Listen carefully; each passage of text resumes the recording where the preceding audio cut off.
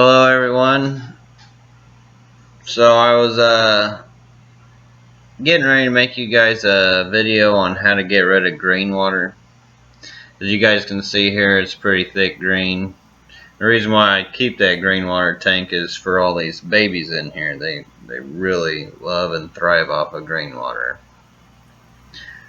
And I found it really good for finicky species too. As you can see, there's tons and tons of babies in there.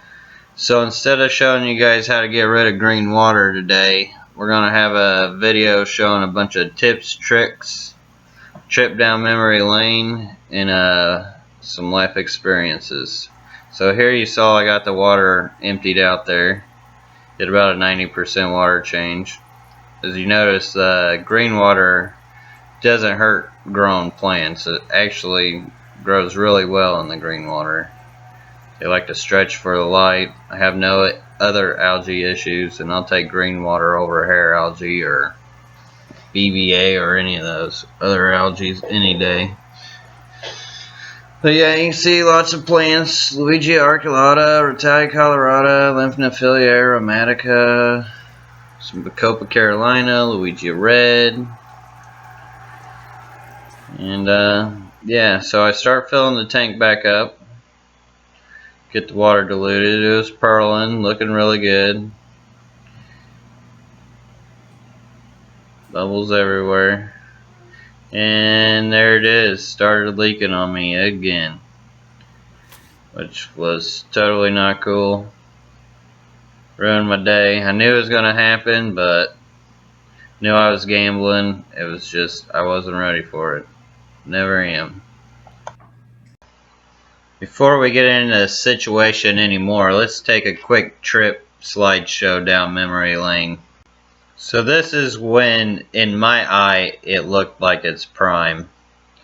And also what it looked like shortly before its first leak. That Parkinsoni rainbow is really popping in that picture. It's a 180 gallon bow front with 40 gallon sump. Dual overflows. Plant in the middle is a Cophifolia nubius. And on the left is a Bardier Anubias. Stays a little smaller.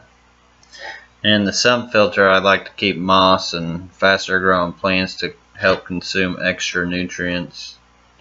This is when I first set it up after I got done with its first mainscape. Put some fossilized wood in there. Driftwood, lots of caves, lots of places to hide. A lot of these rocks either have fossils or quartz or really unique features. I used to collect a lot of rocks when I worked construction. In this one you can see a piece of coral when Indiana was an inland sea. I found that when I was a kid in the creek behind my house. But here you got a lot of rainbow fish, glass cats, dwarf neons, and ornates. Kept so many types of fish in this. Peacock gobies, SB rasboras, glow light tetras. I mean, hundreds of fish at a time you can keep in here. There's a bunch of little caves and whatnot. Glow light tetras coming out of. Some black neon tetras. See a little more of the hardscape. Found that fossilized wood out in the woods too behind my house here in Indiana. But yeah, even housed orange shrimp. There's thousands of them in here. Lived with all these big fish. They just colonize kind of like ants. It was really wild. That's a picture of it compared to a big Chinese algae eater. You see a few shrimp on the rocks. And also lived in there with these huge lace cats. I had 5 or 6 of them, I can't remember. 6 of them in that picture. But yeah, even with those big fish in there, those orange shrimp were thriving. My son, he adored these tanks. He's only about 6 months here. He's just staring off, getting his hand wet. Now I can't keep the boy away from water. I remember when he was old enough, I mean not even a year old, I took him out in the rain and he just loved it. Some kids would cry. Not him. You could just hose him down with a hose and he'd be happy about it. But yeah, this is what inspired the 180. This is the tank I had before. It was a 75 gallon, and this Anubias just finally grew out of the 75, and I needed a bigger home for it. So I was cruising on Craigslist and found this 180 gallon bow front and had to go for it. I only paid $500 for it. But here's some old shots of that old 75. I really enjoyed that tank too. That was a huge school of ornate rainbow fish and dwarf neons in it. It was really neat to watch.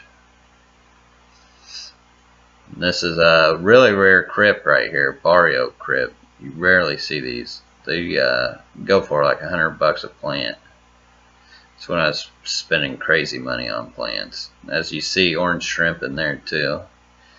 But this is when I got the tank in finally. Took 6 people to carry it up the stairs and down a tiny hallway. But we got it in, got my Anubias in, a giant Anubias. That way it can stretch out a little more. Started filling it up. You can see how much it made that 75 just look like a dwarf tank. I could fit in it if I wanted to. I'm pretty sure when I first got it I did lay in it. But here I want to show this pic. These look really cool, and actually with that water lettuce ended up screwing me one day because it pulled all the oxygen out of the water when the sump failed, and I woke up to a massive fish death. It was horrible. They were either jumped on the floor or they just ran out of oxygen and were on the ground. I saw them lace cats look half white, half black, and they actually came back, bounced back, even though they looked like death. They bounced back. Always thought it looked cool with the half water too. I would have really liked to have kept it like that at one point, but I would have had to let go of some fish. And with my collectoritis, I didn't want to do that. But it did look neat like that. Maybe get some frogs. That would have been kind of cool. So, quick little backstory about the first leak of this tank. This setup you see here is one I used to have in my utility room before I added all the tanks. I was actually breaking all these down that night around 8 or 9 o'clock, and that's when it started leaking for the first time. Kind of just like this, same spot. Which I should have resealed it, done the whole thing like I should have, but I did kind of patch and go. I won't lie. But the patch lasted me quite a while, about a year. But it's definitely better to reseal it.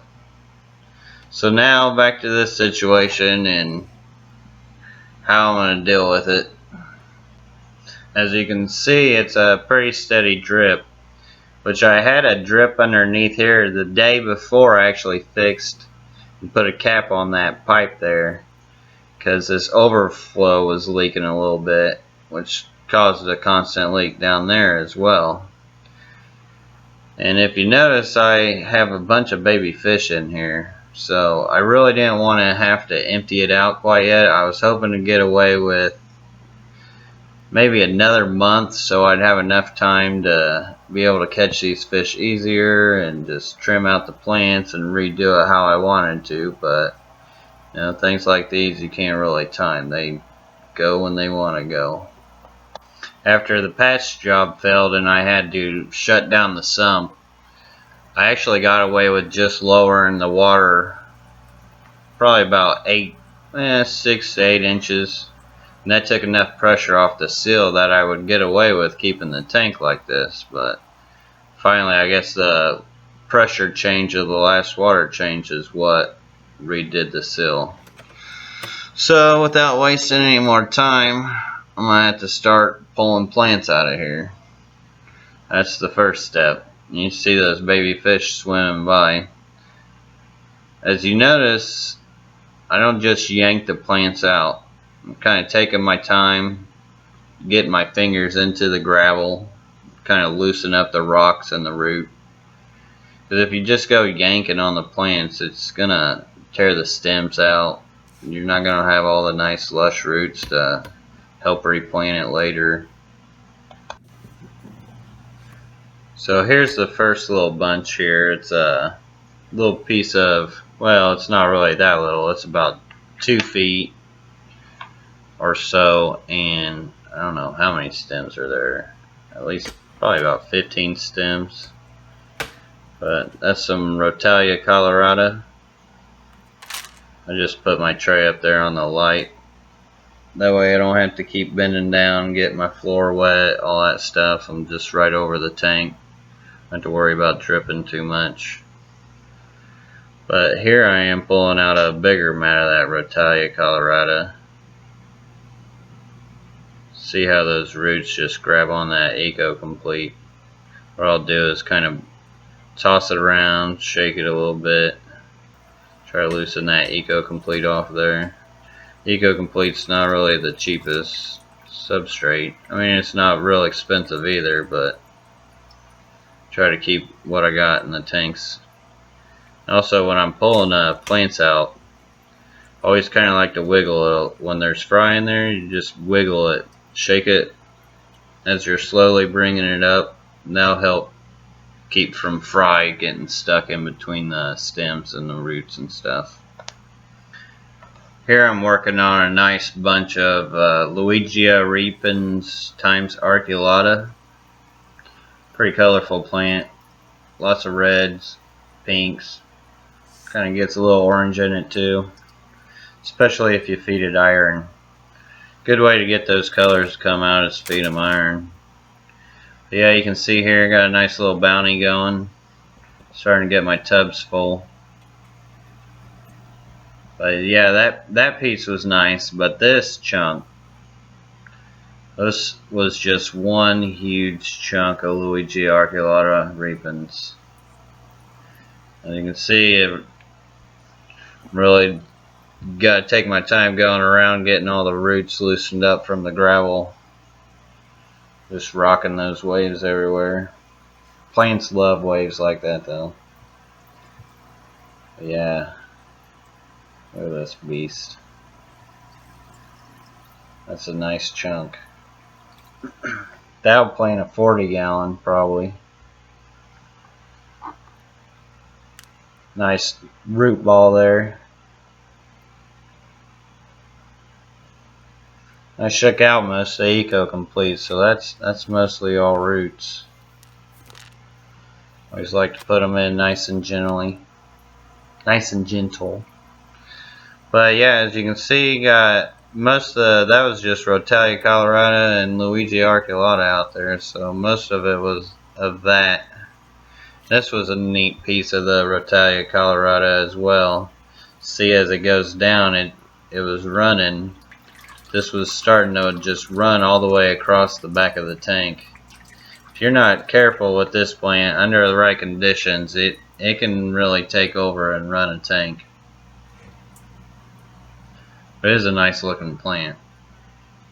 Great for egg scatterers too.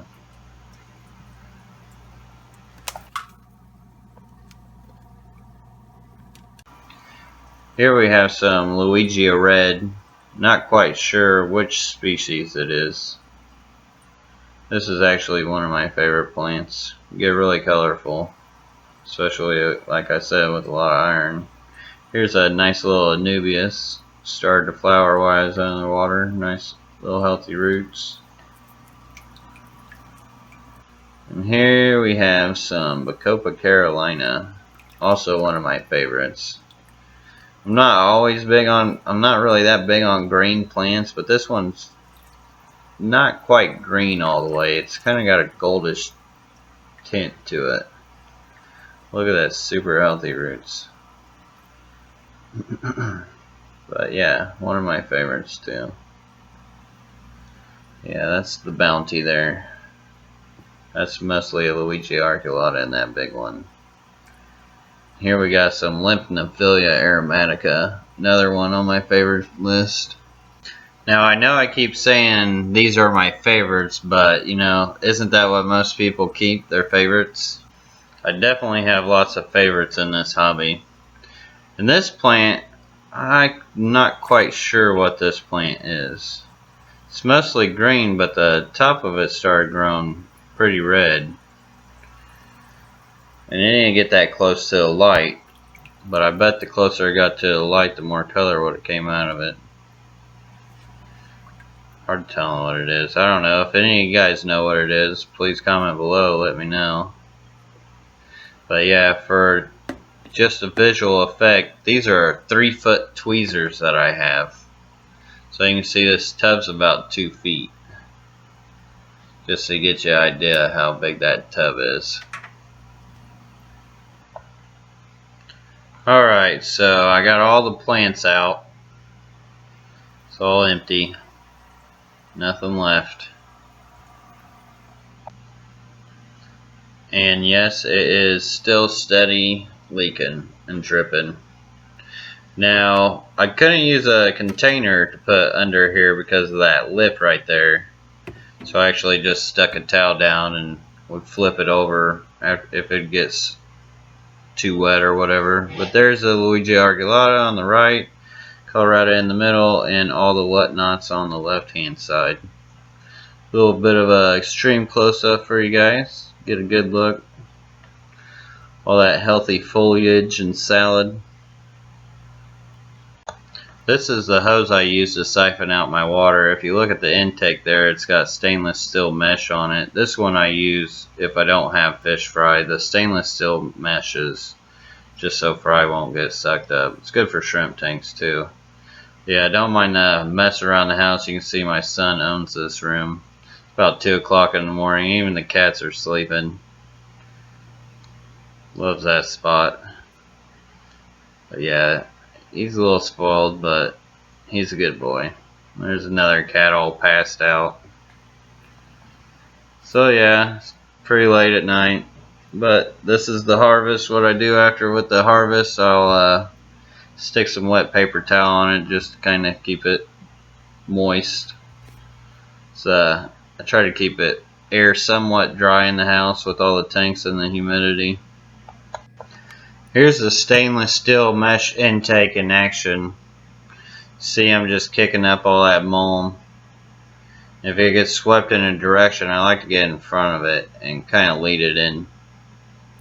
That way it gets all of it and it's just not clouding around. You can actually keep it pretty well tamed like that. Works good for sandy shrimp tanks, especially when you got to get all that stuff built off that has built up off the top. Yeah, as you can see, it is still steady leaking.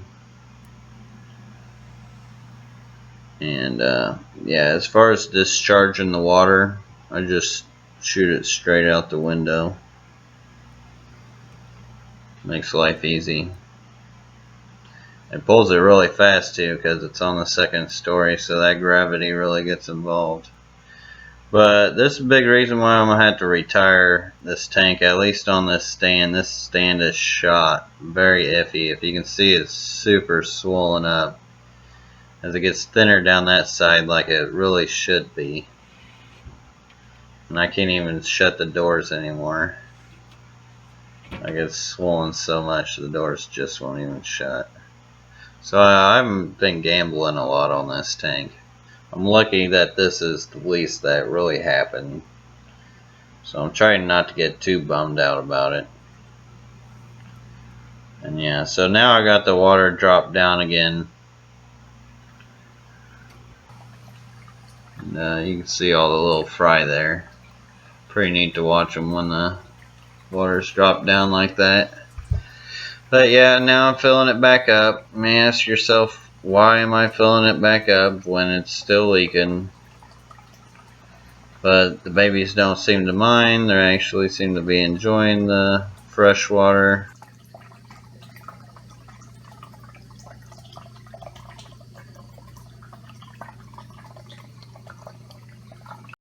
This is a picture of what they're going to look like when they get older.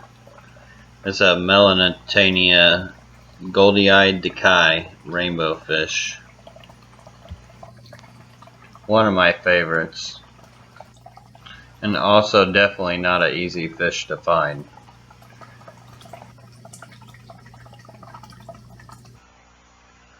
Now that I don't have any plants in it, I can go through the jungle here, back where I keep my CO2 tank. And I always like to undo the knob first. That way I don't forget about it when I do go to turn it on. Because if you leave that knob turned in, it'll mess up one of the gauges when you first turn it on. So I always make sure it's open. And yeah, after that I just open up the tank. So now I've got water back in it again. You see the fish fry are all happy, still swimming around everywhere. Like chewing on roots and whatnot. Floating in the water. I don't know. But anyway, it's late. Yeah, it's probably like 6 o'clock here. Still narrating this. But yeah, the reason why I stuck the water back into it is I thought I would build this little hole to trap the fish in here. As you can see, when I am emptying it and I have all those fry in one confined space, I'll keep that thing moving back and forth so fry don't get sucked into it. And so they just instinctively stay away from it. But as you see here, I got pools of water sitting up. I obviously can't catch fish out of that without hurting them. It was kind of neat to see them like that. Kind of reminded me of a creek in the summertime when the water is low and all the minnows and whatnot are in one spot. So, since that didn't work out, I'm adding more water once again. But yeah, now you really get a nice little low-level compact view of all the fish fry. I had to cut a lot of footage from this actually of the fish fry. I enjoy watching them like that. They're just neat. They're so tiny. Now the big reason why I'm raising the water level on this is so when I do scoop these into a mound like I did here, it wouldn't hurt the fish. Now I figured if I made 3 holes that way and pyramided all the substrate, the fish can't get stuck in the substrate and it'll make it much easier to net them out. As you can see, they're all compact in there for me now. And I thought this would be the trickiest part of it all, but it actually ended up working out pretty well doing it like this. So now it's time to start netting some fish, and I like to use these fine mesh nets with the fish fry. Grabbed a couple sizes too because I wasn't sure which one would work the best. Yeah, just adding some water to another container so I can put all the fry in there. Which in this scoop I actually caught a fish. So I should have probably put him in a little more gently, but I didn't see him and I didn't think he was in there, so it is what it is. So yeah, now it's time to net them up. Now you guys aren't going to see my full netting skills since I had to do it with one hand. As you can see, I'm moving back and forth trying to put them in a ball. That way I can get them into a corner and swoop them all up. Which the first one, I mean, I got a few. I didn't get a whole lot. Here's where I fell off the ladder. Yeah. No, I'm just kidding. I had to put the phone down so I can put the fry into the container. When netting fish, especially small ones, in the middle where you see where it's stitched and it protrudes, and this side it's all smooth, you want to catch them with that smooth side so they don't get stuck in the netting. Another common thing to remember is to always fill up your container all the way. That way you can drop the fry or fish in easier. Now moving on to my super sweet netting skills. I just tried to get them cornered in here, shake them in, get another ball. This one I actually got a pretty good net out of them. Quite a bit of them in this corner. Main reason why the footage is here, I just wanted to show you guys that. Should have probably got a closer look up at the actual net, but you can see them all coming up off that net. And if you notice, I kind of shake it gently up and out of the water That way any of the babies that are stuck in the netting or on it or in between a leaf or something silly, they get an opportunity to get loosened up and able to free themselves. Yeah, another nice healthy scoopful.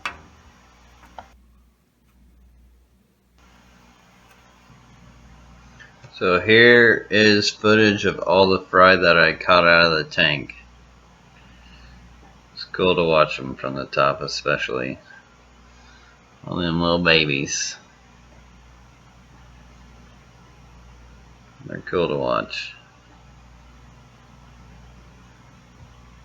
Hard telling how many is actually in there. I didn't really have time to count. It was pretty late by now. I don't even know, probably like 4 or 5 in the morning.